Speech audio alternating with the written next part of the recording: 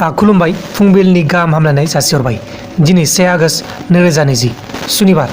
फैदो दिननि माखासे खौरांफोरखौ फारियै मिथिहालानि। गिबि खौराङा जाबाय भुटाननि राजाया आसाम सरकारनिसिम लाइजाम हरदों। भुटान आरो इन्डियानि थांलाय फैलाय खालामनाया लकडाउननि समनिफ्रायनो बन्द जानानै दंमोन। नाथाय दा आसाम सरकार आरो भुटाननि राजा बिथांमोना सावरायनानै थांलाय फैलाय खालामनो हासिगोन होननानै फोसावनाय जादों। लोगोसे मणिपुराव लकडाउनखौ 6 आगस्टसिम बारायनानै होनाय जाबावबाय। दानिया फैदो गुबुन खौराङाव। गुबुन खौराङा जाबाय दरं जिल्लायाव मैयाहाय ड्राग्स फालांगिरि खालामग्राफोरखौ हमनाय जादों। खौराङाव होनाय बायदिब्ला बिसोरखौ दरंनि नागाजान होननाय जायगायाव हमनो हादों होननानै फोसावनाय जादों। आरो बिसोरनो जाबाय ड्राग्स फालांगिरि खालामग्राफोरा। लोगोसे अरुणाचलाव अल अरुणाचल प्रदेश स्टुडेन्ट इउनियना अट'नमास काउन्सिल खालामनांगौ होननानै दाबि खालामदों।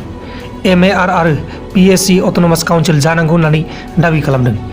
MAR माने मन अट'नमास रिजन आरो PSC आव पाटकाई अट'नमास काउन्सिल बेखौ जानांगौ होननानै अल अरुणाचल प्रदेशनि स्टुडेन्ट इउनियना अरुणाचल प्रदेश सरकारनिसिम गोख्रों दाबि खालामदों।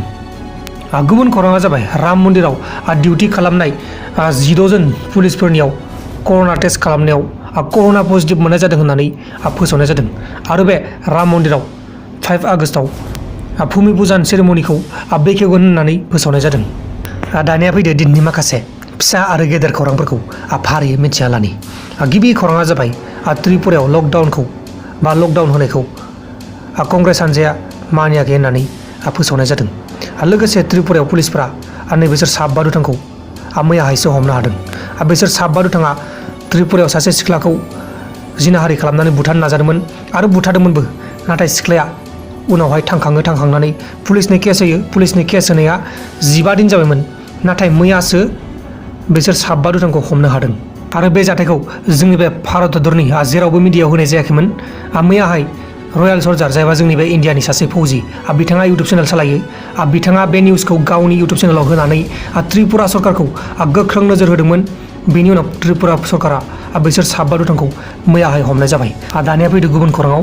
गुबुन खौराङा जाबाय आन्ध्र प्रदेश सरकारा प्लाज्मा डनरफोरनो एबा प्लाज्मा होग्राफोरनो सासेयाव 5,000 रां होगोन होननानै फोसावनाय जादों। जोंनि बे आसामावबो बेबायदि होनायमोनब्ला बेबायदि 5,000 रां होनायमोनब्ला जोबोर मोजां जागौमोन। लोगोसे चाइना हादोरा लादाखनि पेंगं लेकआव 13टा एबा 13टा बट्स एबा नावफोरखौ दोनफैदों होननानै फोसावनाय जादों। लोगोफोर दिनैनि फुंबिलिनि रादाबफोरा बेखिनिल'मोन। जुदि नोंथांमोना आंनि बे भिडिअखौ मोजां मोनदों अब्ला भिडिअखौ लाइक खालाम। लोगोसे चेनेलाव गोदानबा चेनेलखौबो साबस्क्राइब खालाम। दा बेलासियाव मोनसे रादाब फैगासिनो दं। बेलासिनि रादाब। बाय बाय।